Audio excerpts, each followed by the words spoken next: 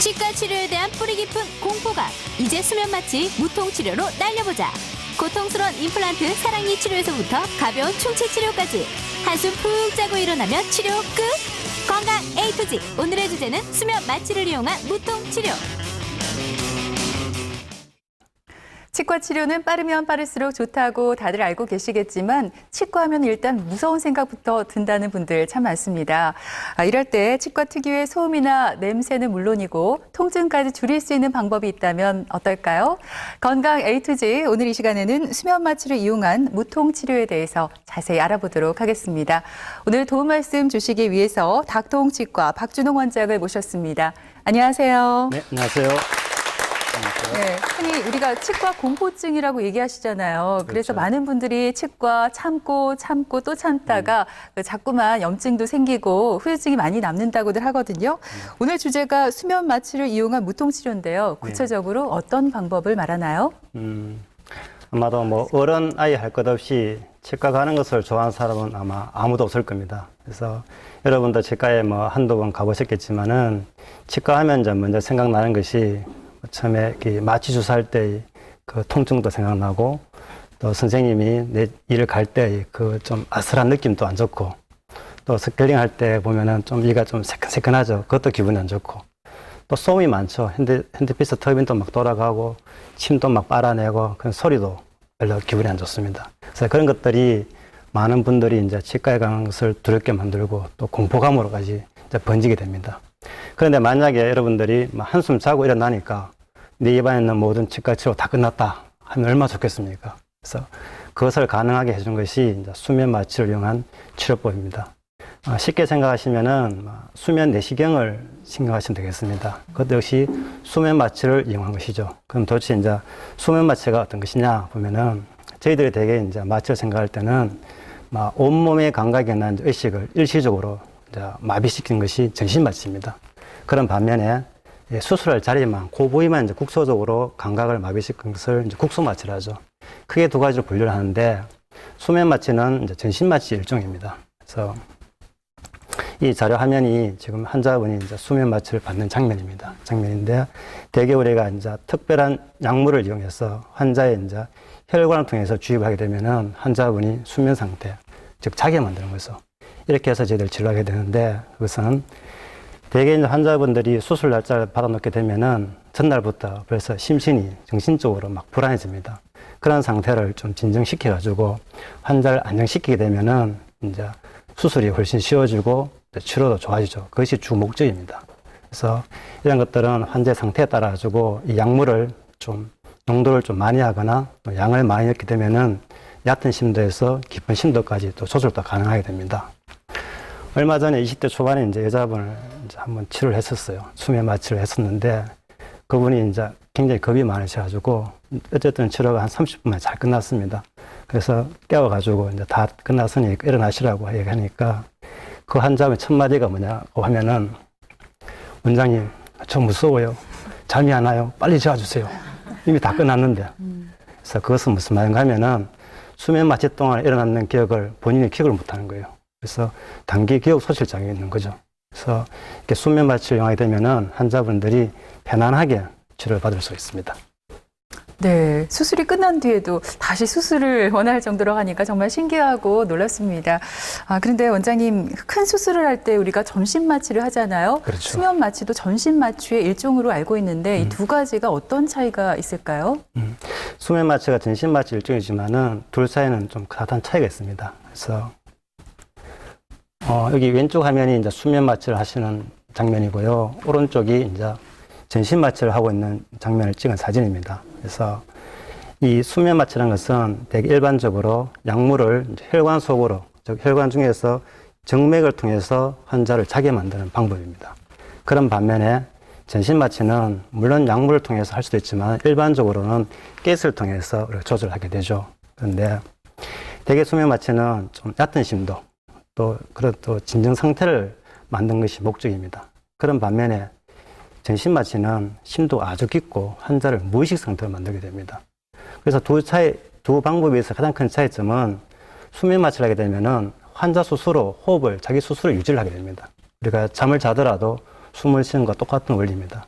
그런 반면에 전신 마취를 하게 되면은 환자가 무의식 상태 돼가지고, 즉 인공호흡기, 즉 기계가 환자의 호흡을 유지시켜 준다는 것입니다. 그래서 마취과 의사가 이 공기에다가 가스를 이제 혼합해가지고 그 마취과 의사가 정한 이제 일회 호흡량이라든지 일회 호흡수에 가지고 이 기계가, 이 인공호흡기가 환자의 호흡을 유지시켜주는 그런 차이점이 있습니다. 그래서 저희들이 이제 임상적으로 봤을 때는 좀 치료 범위가 좁아가지고 수술이 1시간 내지 2시간에 끝날 수 있는 간단한 수술인 경우에는 이제 수면을 이용합니다.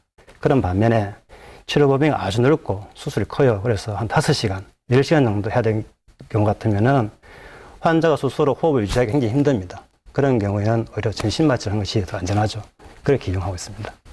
네, 그러니까 수면 마취는 인공호흡기 없이 환자 스스로가 호흡을 할 수 있다는 말씀이신데요. 근데 원장님, 모든 환자가 이렇게 수면 마취를 할 수 있는 건 아닐 것 같아요. 너무 나이가 어린 아이거나 또 고혈압이나 당뇨병과 같이 지병이 있을 경우에도 가능할까요? 그렇죠. 많은 사람들이 이용할 수 있지만은 또 모든 사람이 이용할 수 있는 게 가장 문제죠. 그래서 요즘 치과 치료를 하다 보면은 이제 어르신들이 많이 오십니다. 대부분 연세도 많으시고 또 그런 분들 같으면은 당뇨나 혈압, 또 뭐 심장질환, 또 골다공증 이런 전신적인 질환을 가지고 있는 분들이 꽤 많아요. 그래서 이분도 같은 경우는 이제 만 78세 여자분이신데 이제 며칠 전에 오셨습니다. 가지고 이제 보기에는 좀 건강해 보이시는데 전신적으로 뭐 병도 한두 개 갖고 계셨고 그러다 이제 치아가 4개가 빠져가지고 이제 임플란트 치료를 하러 오셨어요. 그래서 뭐 비교적 무난하게 한 30분에서 40분 걸쳐가지고 4개 임플란트를 식립하고 뼈도 만들고 무난하게 끝냈습니다. 그래서 일주일 뒤에 이제 환자분이 실밥을 뽑으러 오셨어요. 오셔가지고 이제 연세가 많으시니까 제가 한번 물어봤습니다. 이분은 이제 수면 마취를 하지 않은 케이스죠. 그래가지고 많이 힘드셨어요 물어보니까 본인이 이제 수술 날짜를 받아놓고 그 전날부터 잠을 잘 못 잤대요. 불안해서. 근데 막상 받고 나니까 생각보다 뭐 아프지도 않고 붓지도 않고 너무 좋았다고. 그런데 2, 3일 동안 몸살이 나서 누워 있었대요. 그게 뭐냐 하면은 임플란트 수술이 이게 힘들어서 이렇게 몸살이 난 게 아니고 그 전날부터 정신적으로 불안하니까 몸살이 난 겁니다. 그래서 이런 분들이 수면 마취를 하게 되면 훨씬 더 편하게 받을 수 있겠죠. 그래서 기본적으로 이렇게 수면 마취를 하기 위해서는 몇 가지 검사를 해야 됩니다. 그래서 특히 항생제나 다른 약물에 대해서 알레르기가 있다. 좀 특이 체질이죠. 이런 분들은 좀 주의해야 됩니다. 그런 반면에 천식이나 뭐 고혈압, 당뇨, 뭐 갑상선 질환 같은 전신적인 질환이 있더라도 평상시에 잘 조절이 되면 특별한 문제가 없는데 조절이 안 되면 좀 문제가 되겠죠. 그런 것들은 당연히 그 주치의에 와서 상의를 해야 됩니다.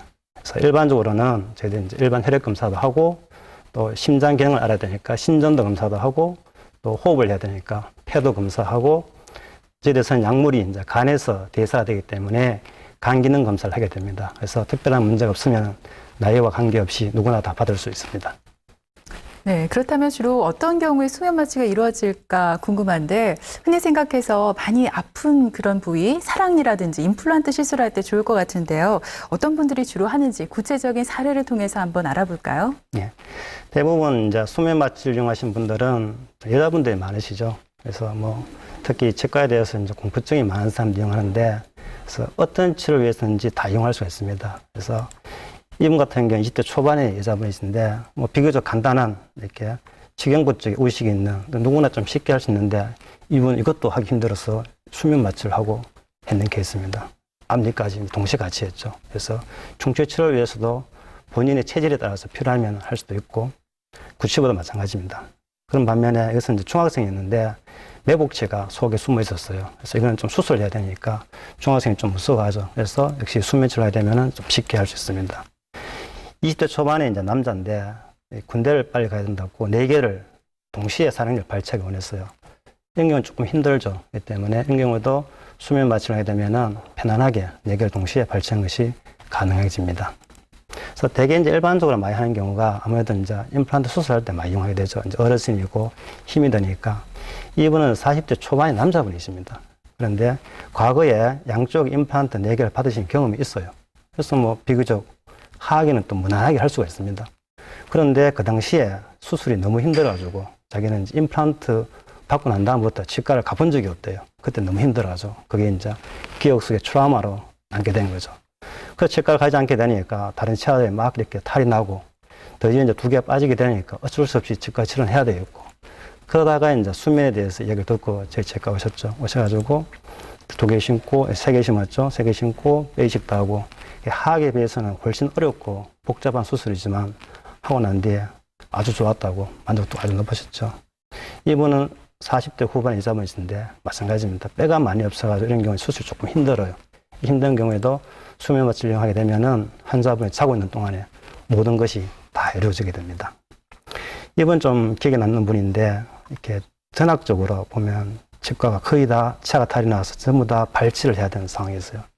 나이는 50대 초반이었던 걸 기억하는데 자제분이 아드님이 손을 잡고 오셨어요. 너무 무서워서 50 초반인데 혼자서 치과를 못 오신 분이었어요. 그런 분들 계시거든요. 이번을 보게 되면은 여기 보면은 뭐 플라그하고 치아가 엉망이었습니다. 그래서 자제분이 20대 중반이었는데 어머님이 식사를 도저히 못 하니까 어떻게든 식사를 해드리게 하고 싶은데 무서워서 혼자 못 가니까 자제분이 손을 잡고 오신 케이스였어요. 이런 것도 치과 치료를 할 수가 없죠. 앉자마자 초등학생 못지않게 덜덜덜 떨고 계셨으니까 그런 분들이 계십니다. 그래서 이분도 이렇게 수면을 해가지고 한 2시간 동안 해가지고 치아를 다 발치하고 임플란트 심을 거 심고 해도 지금 잘 견디고 계시죠. 이분은 60대 초반에 이제 어르신인데 대부분 발치를 해야 되고 임플란트도 해야 되고 할 게 많습니다. 그런데 너무 힘들고 무서워하니까 역시 이제 수면을 위해서 한꺼번에 다 하는 거죠. 수면을 하게 되면은 발치도 하고 또 임플란트 식립하고 이분도 그날 바로 일을 만들어 드렸죠. 어르신이니까 또 뼈 상태도 그렇게 나쁘지 않았고 그래서 이런 치료가 동시에 다 가능하게 됩니다. 이분 같은 경우에는 제가 10년 전에 치료한 케이스인데 30대 초반의 남자였어요. 30대 초반 이랬습니다. 왜 그랬냐 했더니 20대 초반부터 치과를 다녔었는데 그 선생님이 일을 다 빼고 20대 중반부터 틀니를 해야 된다 하니까 틀니를 할 수가 없잖아요. 그래서 계속 견디다가 그때는 이제 임플란트가 일반화되지 않았으니까 그래서 오셨는데 이분은 전신마취를 했어요. 그 당시만 해도 10년 전만 하더라도 저희들이 이제 임플란트 기술이 많이 발전이 안 됐기 때문에 뼈를 만드는 게 쉽지가 않았어요. 그래서 정형외과 의사가 엉덩이에서 뼈를 떼주면 저희들 그걸 가지고 이제 뼈도 만들고 했었습니다. 그래서 전신마취하고 이분은 일주일 동안 입원하셨어요. 그 당시에는. 지금은 이제 그렇게 하지 않는데 그래서 요즘 전신마취를 해가지고 치료를 잘 끝내고 지금 잘 계시죠. 이렇게 수면 마취를 하게 되면은 치과 전반에 거쳐서 편안하게 치료를 받을 수가 있습니다. 원장님, 아무래도 마취하면은 걱정스러운 부분이 있어요. 깨어났을 때 구토가 난다든지 또 마취를 자꾸 하면 머리가 나빠진다 이런 얘기도 있던데요. 마취가 얼마나 안전한 걸까요? 그 사실인 것도 있고 또 아닌 것도 있습니다. 그래서 특히 이제 전신 마취를 하는 경우에 마취가 깨어난 다음에 이제 구토 증상도 있고 또 마취가 잘 안 깨니까 반드시 입원을 해야 되는 그런 일이 과거에 있었습니다. 과거에는 이제 약물이 좀 덜 좋았기 때문에 그렇지만 지금은 약물하고 가스가 많이 발달이 됐죠. 그래서 지금은 마취도 빨리 되고 또 빨리 깹니다. 그래서 당일 입원이 전혀 필요치 않습니다. 그래서 입원이 필요치 않고 당연히 구토 증상도 거의 없습니다. 또 소문에 보면은 전신 마취를 하고 나면은 깨고 난 다음에 기억력이 막 감소돼가지고 머리가 나빠진다. 또 이런 소문이 있죠. 근데 그게 이제 의학적으로 만들었을 때는 과학적 근거는 아직까지 우리가 연관성 없는 걸로 그렇게 알고 있습니다. 그렇지만은 수면 마취를 하든 전신 마취를 하든 안정성은 이제 최우선이죠. 그래서 수면 마취는 전신 마취와는 이제 방법도 다르고 원리도 다르고 약물도 완전히 다릅니다. 그래서 수면 마취는 마취제를 사용하는 것이 아니고 진정제를 사용하기 때문에 사실은 부작용은 없다고 보시기 좋고요.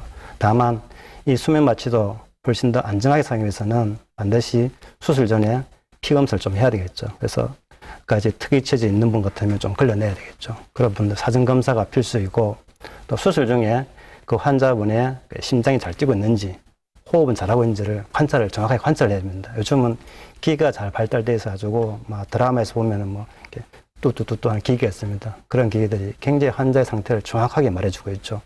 또 사용한 약물도 과거에 비해서는 굉장히 안정성이 확보된 약물이고 또 키에서 큰 수술인 경우에는 마취과 의사하고 협진을 하게 되면은 굉장히 안정적으로 이용할 수가 있습니다. 네, 그렇군요. 통증을 느끼지 않고 치료를 받을 수 있다고 하니까 일단 환자 입장에서는 한번 이 수면 마취를 했을 때 여러 가지 시술을 한꺼번에 받으면 좋겠다는 생각도 들거든요. 어떻습니까? 그렇습니다. 예, 이 수면 마취 치료를 고려하는 분들을 위해서 마지막으로 도움이 될 만한 말씀을 좀 전해주시죠. 수면 마취든 전신 마취든 이렇게 무슨 이렇게 전신적으로 마취한다 하면은 환자분들이 최고 걱정하는 것이 이대로 계속 자고 깨어나지 않으면 어떡할까? 그게 최고 큰 걱정입니다, 사실은. 그런데 수면 마취한 것은 아까도 얘기했지만은 그냥 가수면 상태, 즉 자는 상태를 유지하는 겁니다. 그래서 본인이 자고 호흡을 계속 유지하면서 또 저희들이 사용한 약물도 마취제가 아니고 진정제를 사용하기 때문에 일단 굉장히 안정하다. 그래서 안정에 대해서는 걱정하실 필요가 없고요. 그래서 이 수면 치료를 이용하게 되면은 뭐 평상시에 치과 치료에 대해서 또는 뭐 수술에 대해서 굉장히 공포감이 있어가지고 계속 미루고 있던 것을 그런 치료들을 안전하게 또 한꺼번에 많은 치료 받을 수 있는 굉장히 좋은 치료법이다. 이렇게 권해드릴 수 있겠습니다.